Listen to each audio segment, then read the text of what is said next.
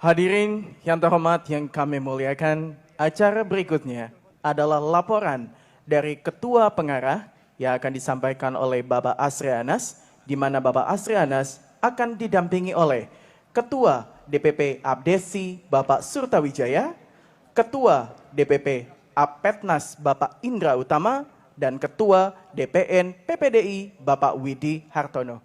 Kepadanya kami persilakan.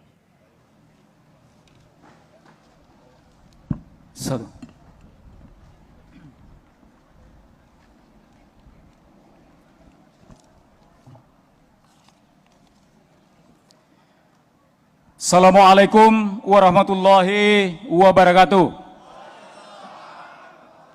Selamat siang, salam sejahtera untuk kita semua. Om Swastiastu, Namo Buddhaya. Yang kami hormati, kami banggakan Profesor Dr. H.C. Hadja Megawati Soekarno Putri, Presiden Republik Indonesia yang kelima. Kita berikan aplaus. Sekaligus sebagai Ketua Dewan Pengarah BPIP yang hari ini kita berikan mandat untuk memberikan pengarahan bagaimana membangun kembali semangat gotong royong di desa-desa seluruh Indonesia. Yang kami hormati, kami banggakan Bapak Menteri Koordinator Maritim Investasi Republik Indonesia Luhut Binsar Panjaitan, yang sekaligus Ketua Dewan Penasehat Asosiasi Pemerintahan Desa seluruh Indonesia. Kami ucapkan terima kasih atas bimbingan dan arahan selama ini kepada pemerintahan desa di seluruh Indonesia. Yang kami hormati, kami banggakan Menteri Dalam Negeri Republik Indonesia Muhammad Tito Karnavian, yang juga Ketua Dewan Pembina Asosiasi Pemerintahan Desa seluruh Indonesia, Ketua Dewan Pembina Asosiasi Badan Permusyawaratan Desa seluruh Indonesia, dan Ketua Dewan Pembina Asosiasi Perangkat Desa seluruh Indonesia. Yang kami hormati Bapak Menteri Pan RB Abdullah Aswar Anas, tokoh muda kita, kebanggaan, yang juga memiliki histori yang sangat panjang berinteraksi dengan kepala-kepala desa di seluruh Indonesia.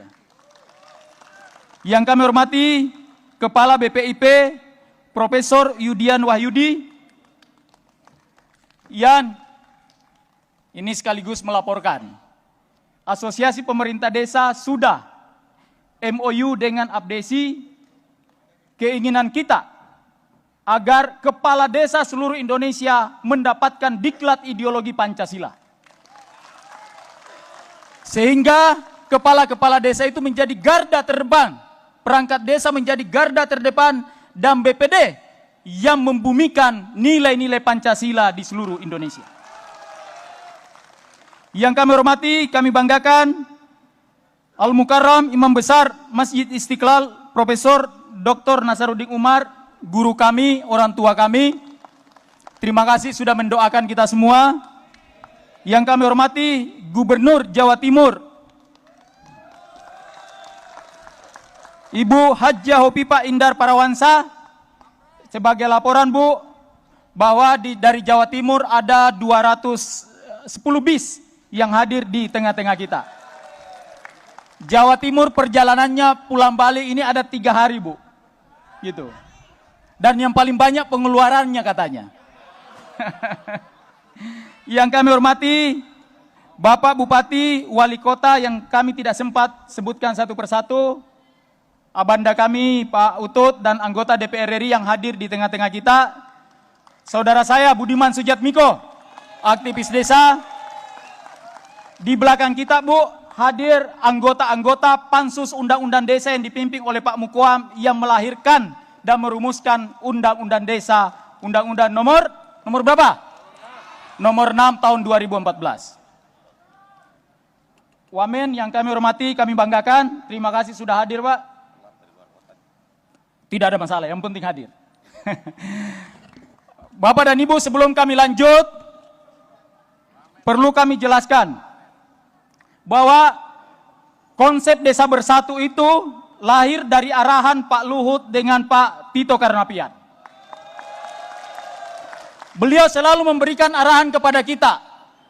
Hei, kepala-kepala desa, kenapa kalian suka bertengkar dengan BPD? Kenapa suka berkelahi dengan perangkat? Bukankah kalian sama-sama membangun desa? Benar atau tidak? Itulah kenapa temanya Desa Bersatu. Karena tujuan kita hanya satu, membangun Indonesia. Oke. Kalau gitu kita yel-yel dulu. Ini mohon maaf Ibu Ajat, kemudian Bapak Menteri yang hadir. Kami ingin yel-yel dulu agar penyemangat buat kita semua. Abdesi! Jaya! Apeknas! Jaya! PPDI! Jaya! Desa! Desa! Bersatu! APBN? APBN 10% untuk dana desa. Kelihatannya Wamen Des langsung setuju. Bapak dan Ibu yang kami hormati, perlu kami sampaikan bahwa yang hadir di tempat ini, Bu, itu perwakilan 216 kabupaten kota seluruh Indonesia. 33 provinsi hadir di tengah-tengah kita. Sesuai dengan catatan kami, hadir sekitar 41.000 kepala desa dan perangkat desa hadir. Hanya memang terlalu panas, lebih banyak di pohon sana, di sebelah sana juga, kita pahami. Tetapi tidak mengurangi semangat kita semua. Niat besar kita adalah merayakan 9 tahun lahirnya Undang-Undang Desa. Benar atau betul? Melalui kesempatan ini perlu kami sampaikan bahwa ada 11 poin yang perlu kami sampaikan sehubungan dengan hasil silaturahmi kepala desa di seluruh Indonesia dan desa ini. Dan ini menjadi catatan buat kita semua, sekaligus menjadi perenungan buat kita semua. Yang pertama, Wadah Desa Bersatu hadir dalam rangka mengkonsolidasi seluruh kekuatan desa yang selama ini terbagi dalam beberapa organisasi desa. Ini juga Pak Menteri Dalam Negeri mohon arahan, karena proses demokrasi yang sangat terbuka, terlalu gampang kita sekarang ini mendirikan organisasi desa, Pak. Sehingga kami berharap agar proses pembinaan cukup kutubnya hanya 3. Pertama kepala desa, kedua BPD, domain yang ketiga adalah perangkat desa. Karena organ utama Undang-Undang Desa adalah kepala desa, masyarakat desa, BPD, dan perangkat desa. Sehingga menjadi harapan kami dalam rangka kepentingan desa diperjuangkan, maka Desa Bersatu perlu kita wujudkan. Desa Bersatu ini bukan politis, Pak, kami jelaskan. Karena ini menjelang tahun pemilu, kadang-kadang dipelesetkan ini seakan-akan tahun politik. Tidak sama sekali. Kita hanya ingin desa ini menjadi wadah perjuangan buat kita semua. Kita ingin mengkonsolidasikan semangat gotong royong seperti yang dipesankan selalu oleh Ibu Hajah Megawati Soekarno Putri. Kita ingin agar desa-desa ini tumbuh menjadi wilayah investasi seperti yang selalu disarankan oleh Pak Luhut. Dan kita ingin apa yang dipesankan oleh Pak Tito, kalian boleh berpolitik, tapi politiknya adalah politik kenegaraan. Betul. Tidak boleh kepala-kepala desa, perangkat desa bertentangan dengan presiden. Benar atau tidak? Nah. Jokowi. Yang kedua, kami menyampaikan apresiasi kepada Presiden Joko Widodo yang telah memberikan dukungan penuh terhadap desa. Dukungan ini merupakan tindak lanjut pelaksanaan amanah dari Undang-Undang Nomor 6 Tahun 2014 tentang desa dan wujud dari kepedulian Presiden terhadap pembangunan desa.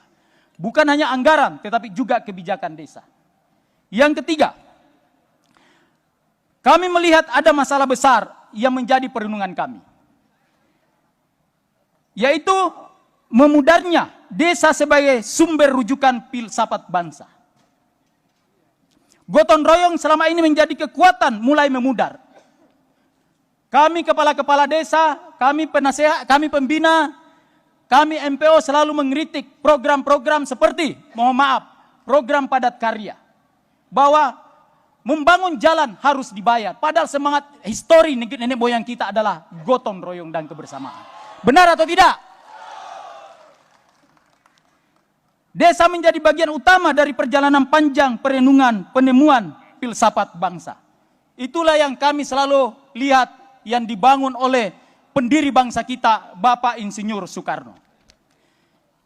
Yang keempat, kita perlu belajar dari negara lain seperti negara Cina yang menjadikan negara maju karena mengoptimalkan kekuatan desa yang mereka miliki. Desa dijadikan sebagai sumber produksi, pusat pengembangan industri. Desa diberikan keleluasaan besar untuk menata dan membangun desanya sehingga mereka bertransformasi menjadi satu kekuatan. Kami berharap kepada Bapak Mendagri, Pak penasihat kami Pak Tito, ke Ibu Haja Megawati Soekarno Putri, jangan desa disamaratakan di seluruh Indonesia. Jangan desa dibuatkan aturan Sabang sampai Merauke harus sama. Mohon maaf Pak Menteri Desa. Jangan kita mengangkat desa adat dibesar-besarkan tapi dipaksakan melakukan pemilihan umum padahal nilai-nilai budaya ada di mereka. Benar atau tidak? Inilah yang mulai memudar di tengah-tengah kita. Selama ini kami melihat desa hanya menjadi objek pembangunan. Bahkan hanya sekedar menjadi program, subprogram kementerian dan lembaga. Padahal berdasarkan asas subsidiaritas, asas rekognisi, desa harusnya menjadi subjek pelaku utama pembangunan desa. Desa mesti diberikan ruang seluas-luasnya kepada pemerintah dan rakyatnya untuk membangun. Itulah yang dikritik oleh desa selama ini. Jangan desa diatur sedemikian rupa harus membangun jalan 30% padahal jalannya sudah bagus. Benar atau tidak? Harus dipaksa membuat bantuan langsung tunai padahal masyarakat miskinnya tidak ada. Kondisi ini yang dialami desa. Dan ini kami berharap benar-benar melalui peringatan 9 tahun ini menjadi perenungan kita semua kalau kita ingin desa ini benar-benar berdaulat dan maju. Benar atau tidak? Ketujuh, semangat ini juga menjadi dasar mengapa kami memperjuangkan. Sekali lagi, mengapa kami memperjuangkan 10% APBN untuk dana desa. Benar atau tidak? Kami sangat bangga dengan apa yang disampaikan oleh Pak Jokowi. Hanya dengan 1,5 juta kita bisa membangun embun sekitar 10.000. Kita bisa membangun 27.000 kilometer jalan. Apalagi kalau 3-4 miliar per desa. Benar atau tidak? Tapi jangan 3-4 miliar itu semua diatur oleh pusat peruntukannya, Bu. Ini menjadi keluhan kami. Masa Aceh di perbatasan sana kepulauan kan dipaksakan membangun infrastruktur jalan padahal kebutuhan mereka adalah tambakan perahu. Inilah kondisi yang dialami desa-desa kita, Bu. Dan kalau ini tidak dibenahi akan menjadi bom waktu. Benar atau tidak?